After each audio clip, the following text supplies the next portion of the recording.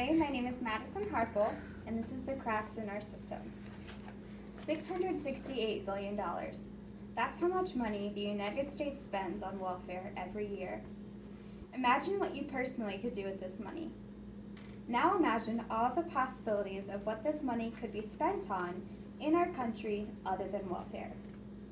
If we would overhaul the welfare system, the United States wouldn't have as many financial burdens as they do now.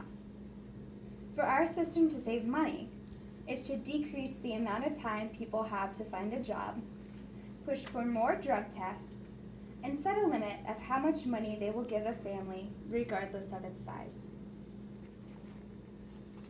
Here is a diagram of how the United States spends money on welfare.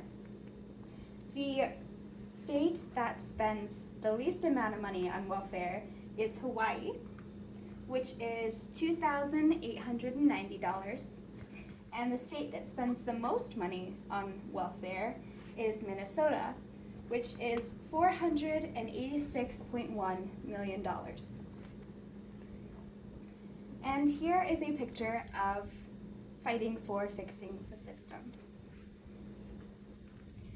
In our current system, parents are given 2 years to get a job before their welfare is cut off. 2 years is a very long time to wait for a person to obtain a job. According to payroll data, there are around 142 million jobs available in the United States, with new jobs opening up on a day-to-day basis.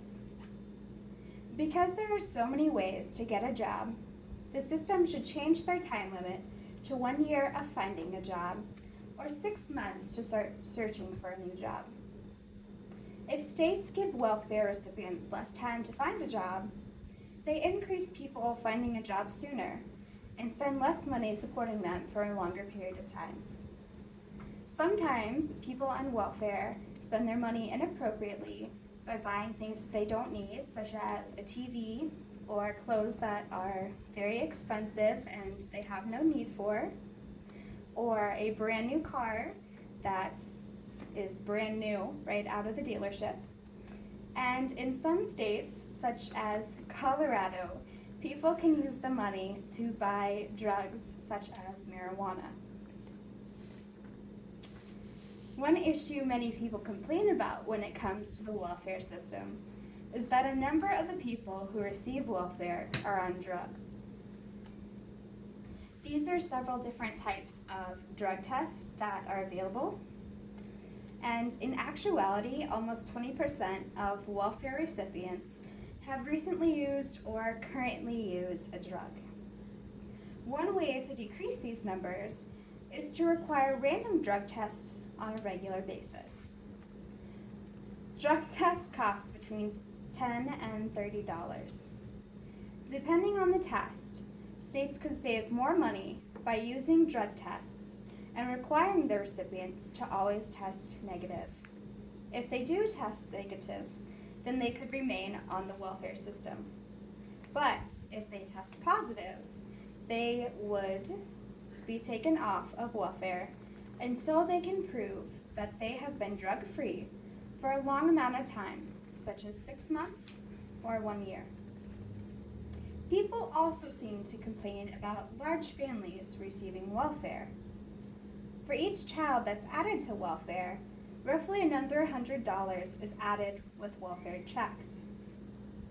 One way the states can save money for paying out so much based on family size is limiting how much money is given out per family regardless of the family size. According to the U.S. Census, the average family household contains 3 people.